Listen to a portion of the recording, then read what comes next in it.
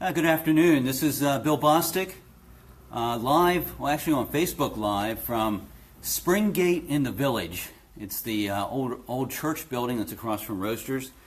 And what you're tuning into is the News and Lifestyle magazine show that Linglestown Gazette has been doing weekly. This is week number 5, episode number 5.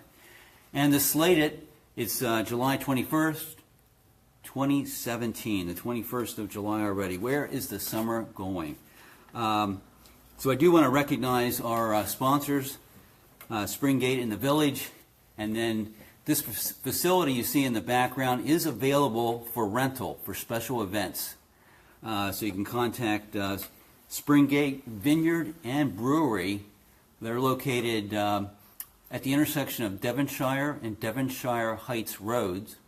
That's actually behind I think it's maybe potentially south of the new Giant store on Route 22. Many of you have been there. They have thousands of people show up at that place every weekend. And I want to thank them for their support of the News and Lifestyle magazine show. So, with that, like we do every week, we want to take a quick look at some of the things that have been happening in our area over the past week and really put it in a different way. Build that in to let you know exactly in a different way what Linglestown Gazette is all about.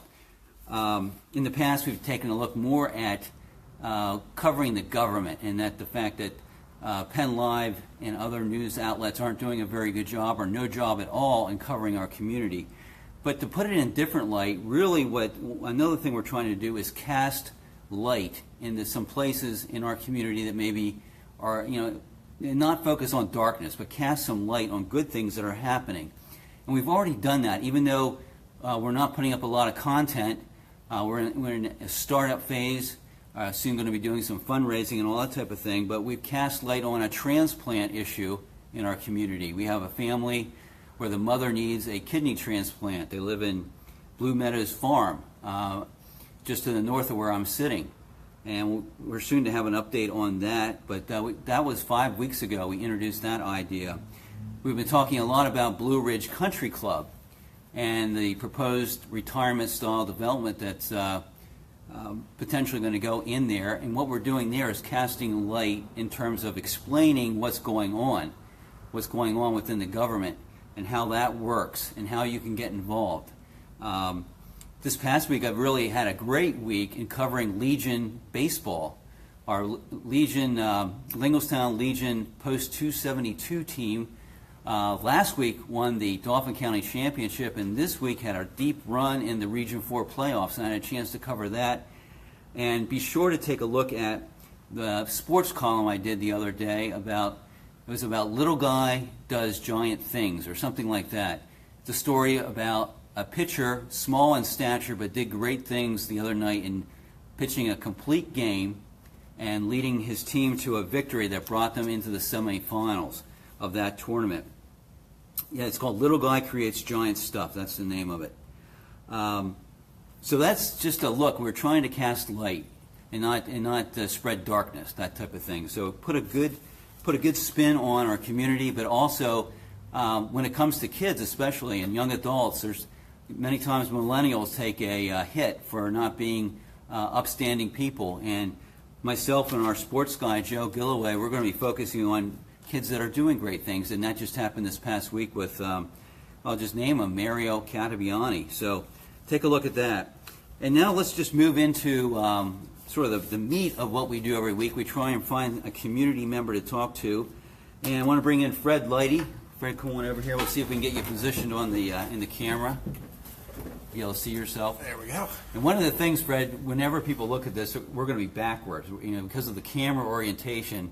If I had like my Linglestown hat, the L would be backwards. And so someday maybe we'll have a camera person. We can make that correction. But we do it on Facebook Live. It's not the best, but it's easy to produce. So that's why we do it. And Fred.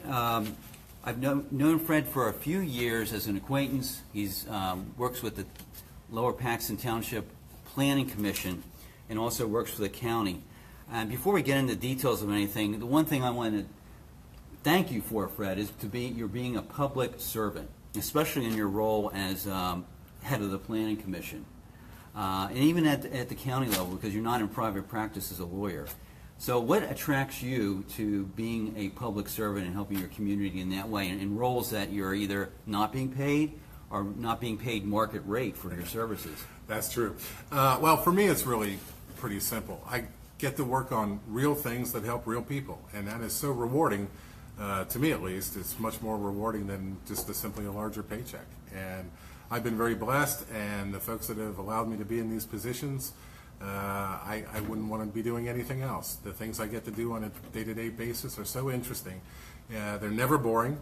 There's always something fascinating to do, and the diversity in my line of work is just amazing, and I'm just totally blessed to be able to do it. And in real brief, what do you do with the county? Because I honestly don't know. So I'm an assistant county solicitor. The solicitor's office handles all the civil matters for counties, and I work on, it could be anything on any given day. It could be human services, it could be real estate, it could be anything the county commissioners deal with. County government's very large in Pennsylvania, and people don't really understand all the things their county does for them. You know, we have 40 departments that run everything from a prison to parks, and it's just always so fascinating and rewarding, and you never know what you're going to be dealing with on any given day, and that's what makes it so interesting. Okay, and you're a Lower Paxton Township resident. What part of the township do you live in? So I live in the southeast part of the township, off of Nyes Road. Okay, all right. And how long have you been with the Planning Commission for the township? I was just trying to think about that. It's been a long time. I've been on the Planning Commission, I think, 16 years, and I've been chairman for 12.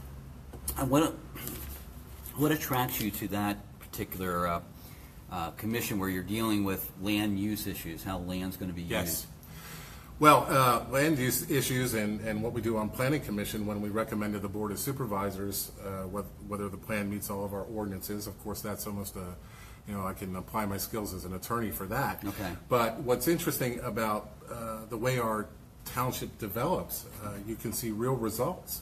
You know, I can be voting on a plan one week, and a few months later there's bulldozers moving dirt, and I know exactly what it's going to be, and hopefully we made it a little better than what it would have otherwise been through our input and approval process.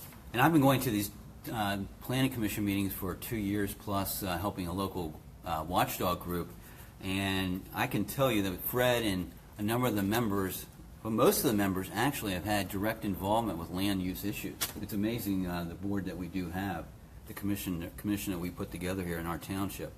Now, just a couple of specific things I want to talk about. Here on Linglestown Gazette and on this show, we spent quite a bit of time with the Blue Ridge Country Club proposal that Triple Crown Corporation has put together. It spent a lot of time saying that right now we're just dealing with zoning regulations. We're not dealing with a plan. Correct. And as this thing has evolved over the last year, the Dauphin County also has a planning commission. Our township has a planning commission. This particular... And there's a Tri-County Planning Commission, which I'm also on. So there's actually a third one. There is. Okay, I thought Dauphin County and Tri-County are one and the same, but that's not true. They share the same staff. Okay. But they're two separate entities. Okay, well, fair enough. And then, but what I'm aware of is that 4 separate times, 2 times on the county, 2 times at the township level, this set of regulations has come before these bodies.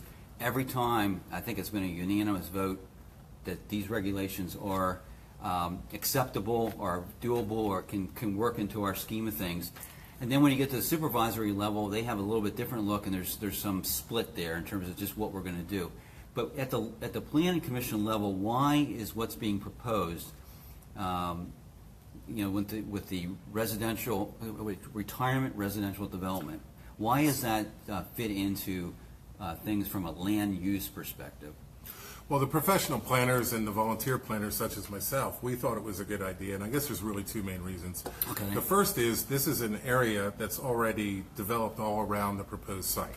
So this is the type of area that you would want to see development in, as opposed to leapfrogging it, going further out away from the city core and building in more farm fields. And that's really the worst of all situations, because then we still have to suffer all of the traffic consequences, but we don't have the development to pay taxes or for our folks to live in. That's the first reason. The second reason, and this is what I think most of the professional planners and volunteer planners are very excited about, is we know anecdotally from all of the citizens that talk to us that there is a real need for what's called aging in place. Okay. We hear from so many loyal, diehard Lower Paxtonians who want to stay living in the neighborhood they grew up in and lived in their whole life till they get a little older, and then they have to move across to the West Shore or some other development. So we really don't have enough housing that is aging in place directed or aging in place available. So part of this is allowing people who want to continue to live in their home township, giving them an opportunity to do so. And I think that's why planners are excited about it, because we know it's a real need for a type of housing that is in short supply in our area, Okay. in Lower Paxton area. And do you know offhand what, with like the no-step entry and some of the Yes. things that are being proposed that Triple Crown has talked about including in their plan when they've submitted? They haven't submitted it yet. So, Correct. Do we have any developments or any communities that are like that at the moment that you're aware of? Well, not entirely like what's proposed. Okay. We have some residential retirement communities. We have one over at the intersection of Union Deposit Road and Rutherford Road, for example. Okay. And that's filled up now. That's filled out. But that is an age-restricted community, and it's all single floor, single level living for folks who are aging. But it's not this. This is going to be a mix of housing that would let you stay in one place as you age. It's called aging in place is the concept. And what we did through many drafts, and you sat through all the meetings, you know how many times we Yep. came back to just the Planning Commission while we painstakingly went through word by word the ordinance to make sure we could try to get it as good as it could be. And we put standards in there and tied them to national standards about visitability and livability and all of these concepts that make sure that the products that are built are as good as they can be for folks that as they age and maybe their mobility isn't quite what it used to be, they're going to be able to get around the same house. Okay. Let's see, I had one other question there. Oh, yes. With the other key thing that we've heard, and we've heard, to be fair, we've heard a lot about the people who want these kind of opportunities, and that's what we focused Yes. on. We've also heard a lot of issues about transportation, about Route 39. Absolutely. And we've had, before, just during preparation for the show, we talked a little bit about that, and what is the, how would you describe what the township's responsibility is when it comes to transportation and then a project like this coming in here? I mean, my understanding is you can't say you can't develop because of transportation. The township has some responsibility, and you do a better job of explaining that than I can here. Well, I hope so. It's a very complicated subject, and we could lecture on this for over an hour or two. We'll just take it real brief. But essentially, transportation and traffic is always a concern. You know, whenever you add one house, you're adding a car or more to the road system. But really, the job, and this infuriates a lot of people who are sitting in traffic, but the job of the municipal government and the state government, PennDOT does most of the major roads in Lower Paxton, is to provide the infrastructure for the people who choose to live here. One of the things, I often get rooms full of people at Planning Commission and they don't want us to approve a plan, and what I think they don't understand, Okay, we're back. it's really not our option. We have to, if a person wants to develop their land and they meet all the requirements of the ordinance, we're legally bound to let them do it. People have a right to develop their property. It's the role of the township and the state to build the infrastructure to accommodate the people that are here. Now, in Pennsylvania, and I mentioned this to you before, this state always seems to be playing catch-up. The development gets built, and then it takes many years for the road system to be upgraded or traffic control signals to be synchronized or whatever it may take. It's not always adding lanes, by the way, to make roads more efficient and solve traffic problems. But we have to be able to allow development and then make sure that we can fit it with the infrastructure it needs. So we're always playing catch-up, and I know that always irks folks when they're sitting in traffic, because, look, I live here. I sit in the same traffic, Right. and I know exactly how bad it is.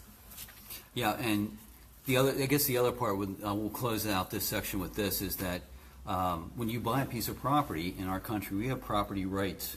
Right? Absolutely. So that, and in zoning, sort of, there's a conflict there, because zoning says you can do this, you can't do that. And So it's really a balancing act. right. Many times I've had rooms full of folks who wanted us to, as a planning commission, to just simply say, to any given developer or any given landowner, you can't build on your land. Well, we can't do that, because when the government says you can't build something on your land, what we've essentially done is we've taken the land. And there's constitutional rights implicated in that. If the government takes your land, they have to pay you compensation for it. So in zoning, there is this balancing act between how much we can regulate for the public good versus not crossing the line where we've actually taken somebody's property without compensation. Right. And I guess the last point on Blue Ridge Country Club, specifically on that particular project, is that once, if the zoning regulations get approved next month, it could be August 1st or August 15th. One of those two dates is probably when it will come up again. That hasn't been determined or hasn't been advertised yet. But if the regulations go through and Triple Crown Corporation puts a plan in, then part of that process of reviewing it will go before PennDOT. And if PennDOT finds out that through information that's provided to them about this project that the traffic impacts are so onerous, so terrible, that and they're going to put requirements on Triple Crown, and at that point Triple Crown's got to decide, is that something we want to do or is not something we don't.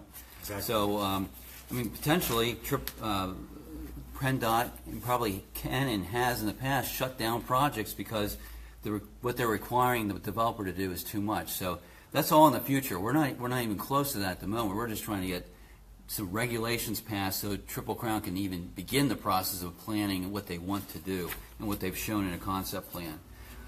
The last thing we want to talk to Fred about is how you, and this is again what I said in the beginning about shining light. You know, many times when these things come up with land use, developments, all these kinds of things, we feel as citizens we're victims. These things are sort of happening outside of our control. And that it's anything but that, because there's always opportunities to go and speak to the public officials during a public meeting, email them, call them on the phone, whatever, to get involved. You always have that option. You're never a victim. And right now our township, led by Fred's Planning Commission, are looking at what we call the comprehensive plan. It was reviewed and revised, I think, 13 years ago. Is that what it is? And now, about every 10 years or so, you try and redo it, at least in part, and that's what our Planning Commission is doing right now. So, Fred, just briefly, what is the comprehensive plan? Well, let me start by telling you what it's not. Okay. A comprehensive plan is not a legal document, and it's not a land use ordinance. What a comprehensive plan is a general policy guide for the future growth and development of our township. It's a process of organizing for the future. It creates a blueprint for the land use we want to see in the future. Community planning is a way of thinking about tomorrow, and what do we want our township to look like in the future. Now, we can certainly study the past. We can study what development has occurred since the last time we've updated the comprehensive plan, and we generate all kinds of maps and data and all of that to help us predict what might be coming in the future. But I appreciate the opportunity to be here, because what I want to ask everybody to do is come out to our meetings and give us your opinions about what you would like to see happen in the future growth of our township. Our township is getting to the point where many things are already set. We already know our main corridors. We know our main commercial corridor. We see where our residential neighborhoods are getting developed. But what would you like to see that look like in the future? Would we like to have a different look to residential communities, for example? And all of this is the kinds of visioning that goes into a comprehensive plan. And we meet the fourth Tuesday of every month at the township at 6 p.m. Right now, we're still in the process of compiling all of this data and maps and everything. Right. But then we're going to make an even bigger push to reach out to the public and get the input from the public about how they would like to see the rest of the township develop. The public input is really important, because that kind of buy-in, we all live here, and we're all affected by this. So the greater amount of input we can have is certainly beneficial, but also the diversity of input we get is beneficial. Even though I've been doing this a lot of years, occasionally some folks come in and they just have brilliant ideas, and I can't believe we hadn't thought of that before, but it does happen. So everybody has a role to play in this. And we will start advertising even more for big public comment sessions to come in and give us your thoughts about this. We also have a survey right now on the township website, which is lowerpaxton-pa.gov. And it's just a simple 9-question survey, but it asks some really important questions. Like, what type of residential housing would you like to see developed in the future? What type of commercial uses do you think we ought to permit more through regulation in the future? And there's a couple of open-ended questions on there too, like, what do you like the most about the township and what do you like the least about the township? So I encourage everyone to go to the website and fill out that survey if they haven't done so already. Yeah, within the next, my goal will be next 24 hours. I made it last week. I'll have show notes underneath the Facebook Live video, and it'll include a link to the survey. Fantastic, thank you for Now, that. what I've noticed when you click on it, there's this big gap. You have to scroll down a little bit, at least on my screen, to find the content. It's not obvious where you have to go down a little bit, and then you'll find the actual part for the survey, right? Yes, that's right. I encountered the same thing. So when it pops up on your screen, scroll down to start the questioning. The last question is really for me, and maybe a little bit beyond what we want to do, is how does Lower Paxton's plan, comprehensive plan that you're working on right now dovetail with a new one that's come out? Dauphin County Comprehensive Plan has just come out. How do the two work together, if they do? And just even earlier today, Tri-County released a regional growth management plan.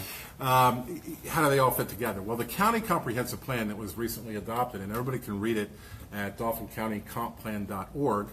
The county comp plan, it's a matter of what level you're looking at. Okay, so the county comp plan is looking at the county as a whole. Okay. What general areas do we think are going to be built out? What should be built there? How does from the county's perspective, how do we preserve the farmland in the northern part of the county and encourage the development down here in the city and suburbs and infill and redevelopment that we would like? So they're looking at a higher level, and then the township comp plan is, of course, looking just more at the township. Now, that doesn't mean we don't take into account what our neighbors are doing that abut us. Of course we do. But it's a different level. It's how high are you when you're taking this bird's eye view? And when with this one, you mentioned about our neighbors. I mean, they go through the same processes we're doing. They sure do. And, I mean, is there any coordination between, like, Susquehanna Township and Lower Paxton, or West Hanover Township and Lower Paxton? Is there any coordinated efforts to sort of work together, or do we just do our own thing? Municipalities can go together and develop a joint comprehensive plan. Right. We're not doing that at the moment here, and let me say why. Okay. Our county comp plan and even our Tri-County Planning Commission does a very good job of talking amongst the municipalities and having the municipalities know what every other municipality is doing. Okay. So we do have coordination through the next level up. Okay. Is the way it typically works here. Okay, so again, if you watch this show, you no longer can take the position that you're going to be a victim of development. You can get involved, whether it's a specific plan like Blue Ridge Country Club or what Fred's talking about here, the comprehensive plan. You have a say. So it's time to put the phone down, get away from the TV, and come out to a few of these meetings. You can pick and choose which ones you want. I'll work with Fred in terms of getting information out in Linglestown Gazette. And you can start with the survey that's out there. Yes, please. So, Fred, thanks so much for coming in. My pleasure. It's nice to talk with you outside of just hello and goodbye at Good meetings. to be here. Thanks. I'm going to finish up the show, but drive safely. Have a good weekend. Thank you.